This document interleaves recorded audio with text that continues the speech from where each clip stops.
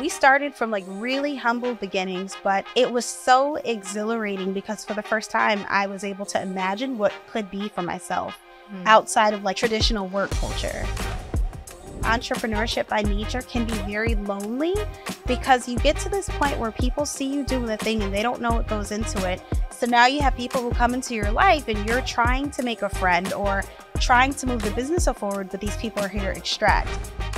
I'm Arion Long, founder and CEO at FEMLY, and you are watching Where Are You Now with Black Girl Ventures.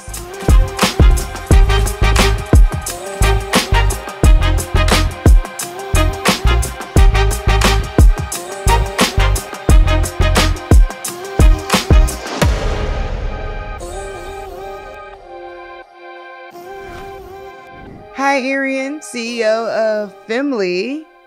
So first, this has been a journey. I think I met you interestingly enough, I think I met you in 2018, I think it was. 28. It was actually earlier. Or 2017. 2017. Because I was doing, it was 2017 because that's when I was doing Black Girl Ventures at WeWork. Yep. Okay, let's back up a step. We were just talking about what you were doing before FEMLY, and you were actually marketing? Yes, I was a marketing and communication specialist for MedStar Health, Baltimore and DC. And that was my career. I absolutely loved it. And that's what you thought you were going to be doing for like? Yeah, I kind of stumbled into that. Before that, I taught sex ed for Prince George County schools. It's, you know what though, marketing for you makes so much sense because you, like your packaging, your branding, your ability to pitch and communicate with folks, the storytelling, just killing it every time. So now that you say that, I'm like, that makes complete sense. Okay, so the story behind FEMLY is around you having a pregnancy and going through some different challenges, right? Yeah, I actually had a tumor, and I found out that the tumor was linked to chemicals that were in many of the feminine products on the shelves. So that was really what got me started, and we started a little subscription box company. It was really cute. It was fun. It was exciting. And then 2 years in, I ended up losing my daughter to stillbirth. And that was what really kind of thrust me into thinking about the company differently and crafting our hygiene dispensers versus our subscription box that we had previously. Because I think during the time that I met you, let's talk about that. Where were you journey-wise, like during the time I met you? Oh my God, I was a beautiful mess. Like I literally, I was pregnant with my daughter around the time that we first met. And I was like newly married. I had been married like 4 months, but I was trying to get my company off the ground. And I feel like with entrepreneurship, you tend to be really excited and like super naive, but to your benefit in the beginning. And that was where I was when I met you. It was like, hey, I have this thing. I have an idea. I'm really excited about not only what I'm doing, but what you are doing. And you, for me, were one of the first figments of my imagination that looked like representation for me. I also thought it was dope that like you brought together, you always have done this, but you brought together a group of people who came from different walks of life, but identified with like the Black or woman of color experience. And it was always really nice to just see who you would bring into rooms. And so that was how I first came into contact with you and BGV. I love that. And I remember your pitch. And we had another pitch that you did with us after that. And you're always so vibrant. Your storytelling is always on point. Now, going through the journey a little bit, you are kicking off this subscription box. I remember you were packing them at home. Yep. I remember you had a whole like assembly line kind of situation. You had family helping. Now you're like light years away from that. But let's stay there for a minute. Yeah. What has it felt like to go from, so like after like assembly line, like when did you decide like subscription box to what else? So we started the subscription box company in my grandmother's basement. Now, and I don't know if I ever told you this story, but my grandmother sang with the 60s doo-wop group called the Shirelles. They were basically the Destiny's Child of their I time. didn't know that. I did not know that. They I have like absolutely the know song, what the Shirelles Mama are. said there'll be days like this. That's one of their songs. Wow. So the group ended up in the Rock and Roll Hall of Fame, and she retired. We moved to PG County, Maryland. So in that house that my grandmother built was 18 rooms, 12 people, 2 dogs, a cat, and a duck. Someone like gifted my sister a duck for graduation. And we all lived together. It was like the Black Brady Bunch. But in her house, I decided to form this idea. And I didn't always live with her. I grew up with her. Hubby and I had gotten an apartment, and I actually moved back home. And we turned her morning room into like our assembly line. I had my siblings packing for us, my cousins, my aunts would like flag down the mailman to pick up our stuff.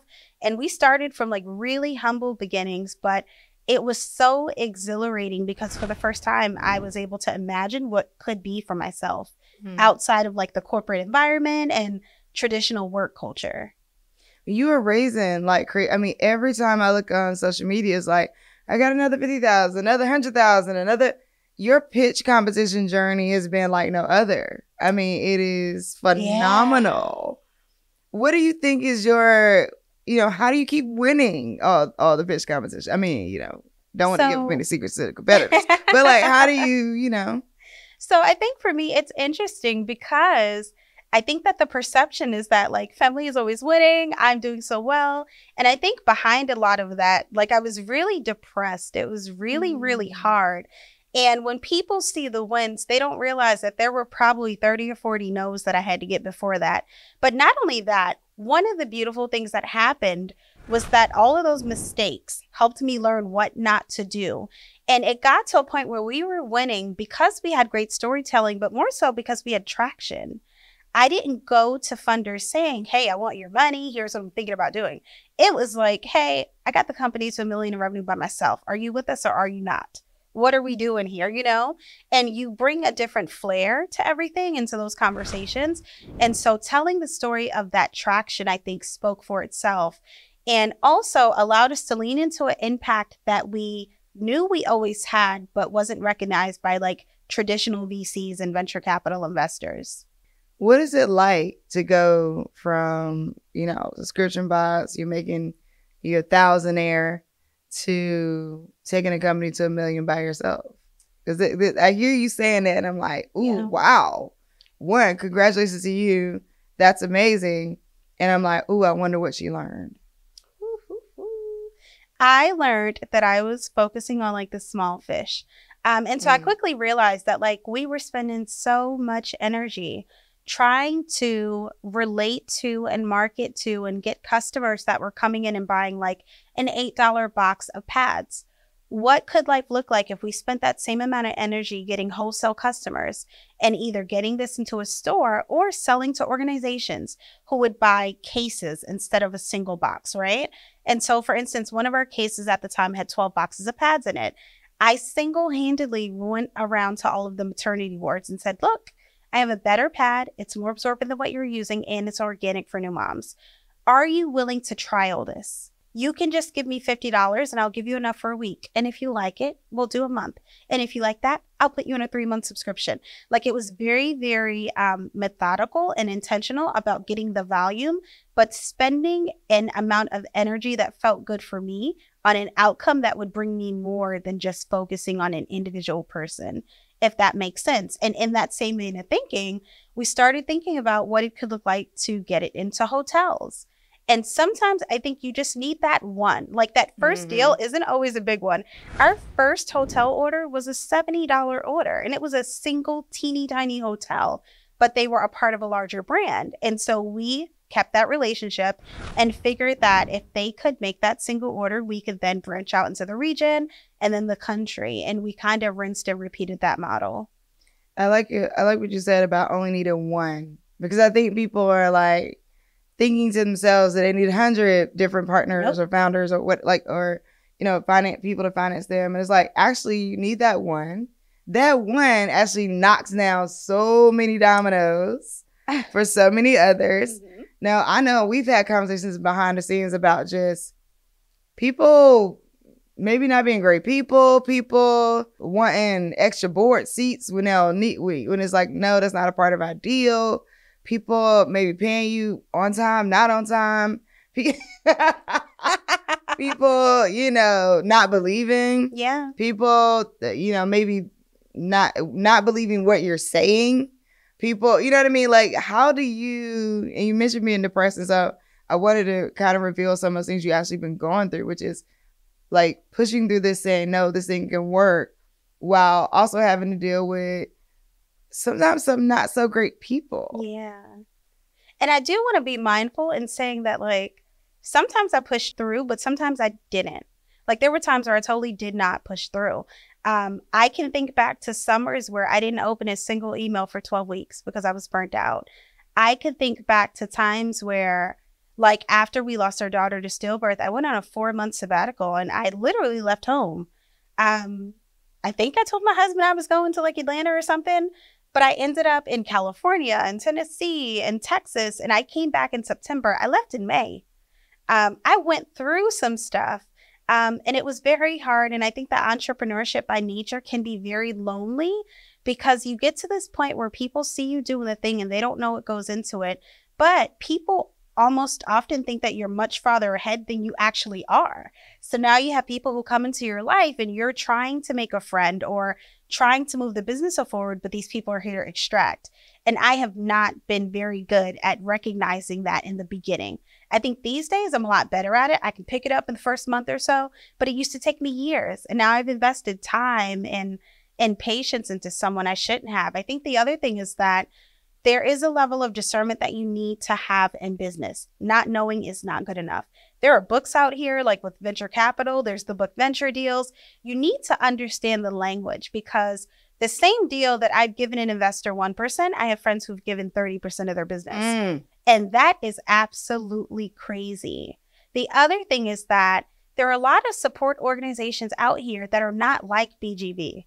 That's the biggest thing. Like, I've gone through accelerators that I had to turn around and give them their money back and take all my equity back from them. I have dealt with blackballing from decisions like that. Like, I've gone through some stuff, but I think that I came to this, like many entrepreneurs, with a certain amount of fortitude and an uncompromising drive to like figure this out in whatever the hell way that I want it to be figured out. And so some of those no's hurt, but you find the people that are for you and the people you can lean on. And more importantly, the one thing that I would want this audience to know is that you can absolutely leverage the social capital of the people who are next to you. I have not always been able to get in rooms. I do have champions that get me there. They cut the check. They give me their recognition. They give me their word. And sometimes when I'm unable to stand, they're the ones that I lean on.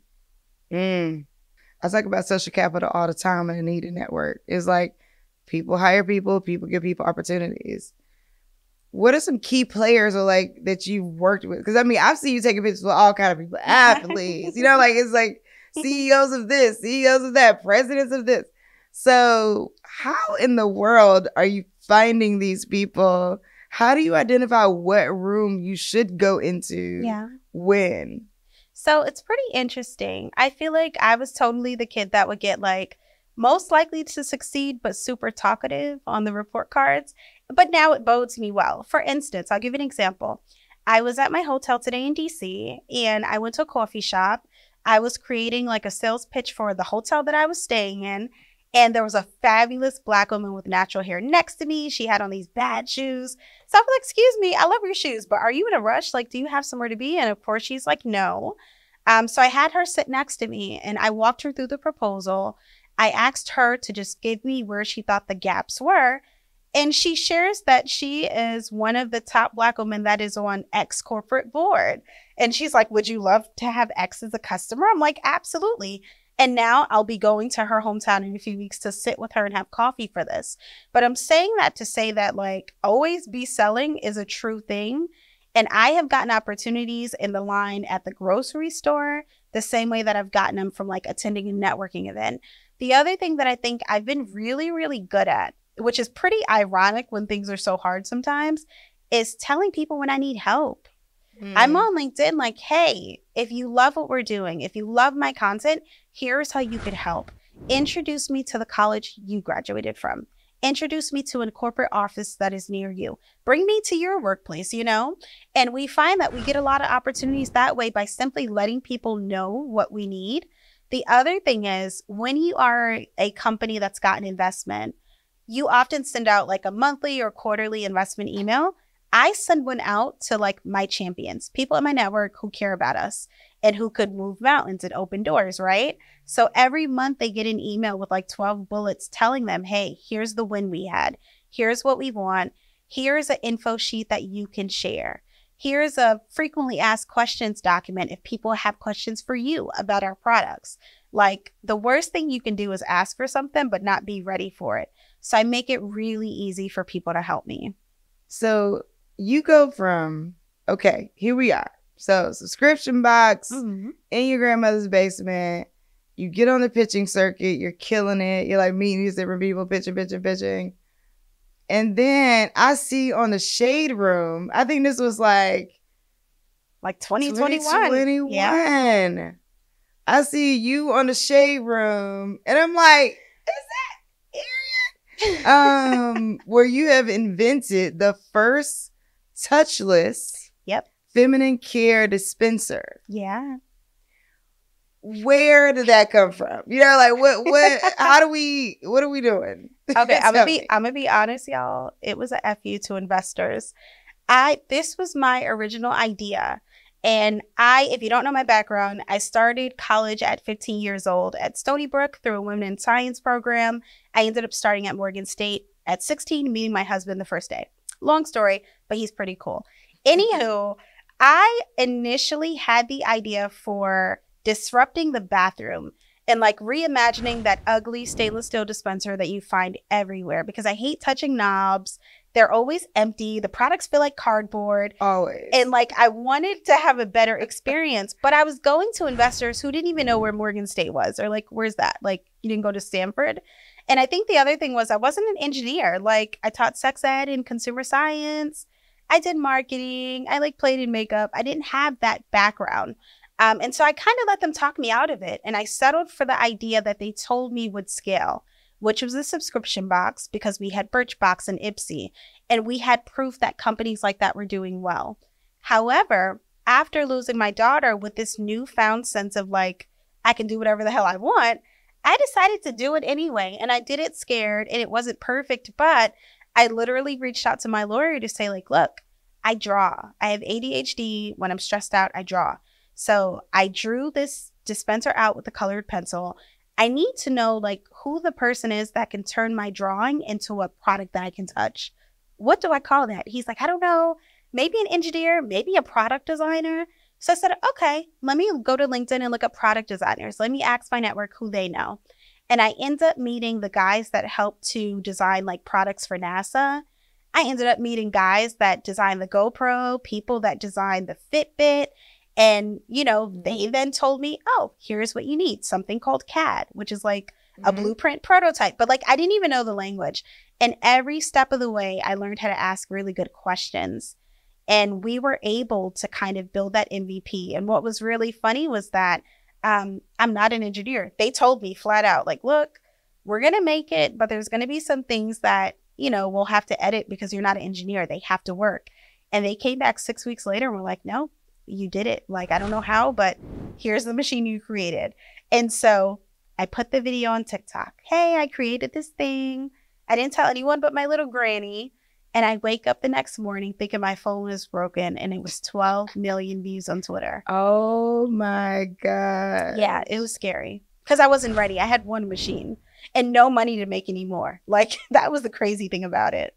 So are you, okay, take me through it. You know what? It's funny because earlier when you said X, the lady being on the board of X, I thought you... No, not X Twitter. I mean like X company. Like okay, yeah. great. I thought I was tracking it and I'm like, oh no, maybe she meant actual, the platform formerly known as. Okay, great. Wow. So you become an inventor. I become an inventor. Yeah. And okay, so you invented this product, you invented this machine. Now, do you feel not forced, but do you feel more energized to scale that way now that it went viral? Yes and no. I was extremely happy with the outcome because we ended up with 70 million views. We had 12 million on Twitter, X. We had 1.1 million on TikTok, like 12 million on the Shade Room. Every platform that this was shared, it went viral. So I was exhilarated because I felt that like support and that people really wanted this, but it was scary because I knew that I only had the money for one. And now my competitors who didn't have me on their radar are going to be gunning for that position. So it really lit an air of kind of having to move forward quickly. Like there was a lot of urgency. And that was where the funding came in. We started to strategically think about like who would fund this, what organizations we should go to partner with, and then, scale it from there. And for 2 years, we pre-sold them. Pre-sold. We just started shipping, I want to say a couple of months ago. Oh, how many did you pre-sell? I don't know, but it was like 3,200 organizations. Oh my God. Yeah. 3,200 organizations came to us. So is this going to be the new path, or are you still going to do like the feminine care? I want to say, are you in stores now with the feminine care? Yeah, we had placement in select CVS stores. So the way that it works because I believe I saw it on the shelf. Right. Yep. So, and that was interesting because we were trying to figure out, with the company, the beauty in not taking investment early on was that we were able to kind of move and be creative. But we figured that our best model is people find us in any bathroom, they get that free sample. When they scan the QR code or fall in love, they can find it in stores or online. And that seems to be our sweet spot. Okay. So revenue-wise, where are we? How much revenue? How much money did it cost you to start it?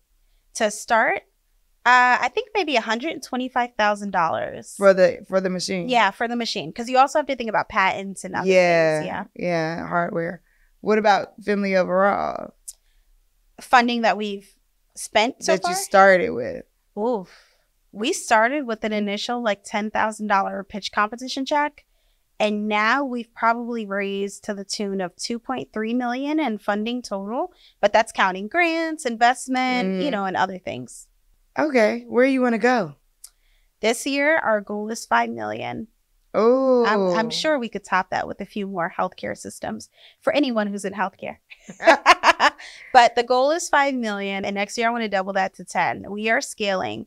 I think that we are going to give folks a run for their money. If they are currently in restrooms, they should be scared. Ooh, I love that. Yeah. You better go on. All right.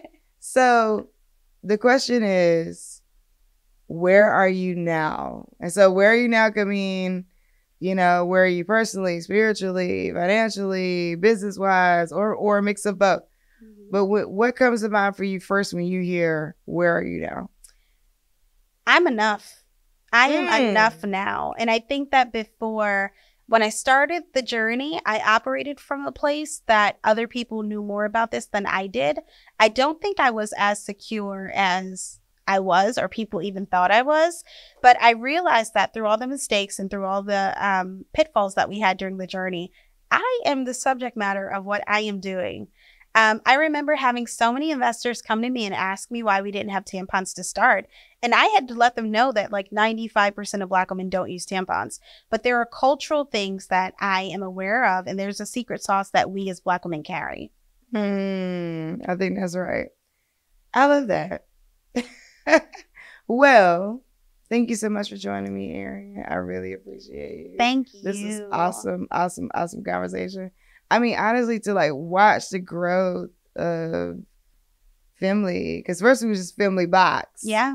And now we're FEMLY. FEMLY, yeah. Partnership with the NFL. Yep, we are in an NFL stadium. We've got colleges.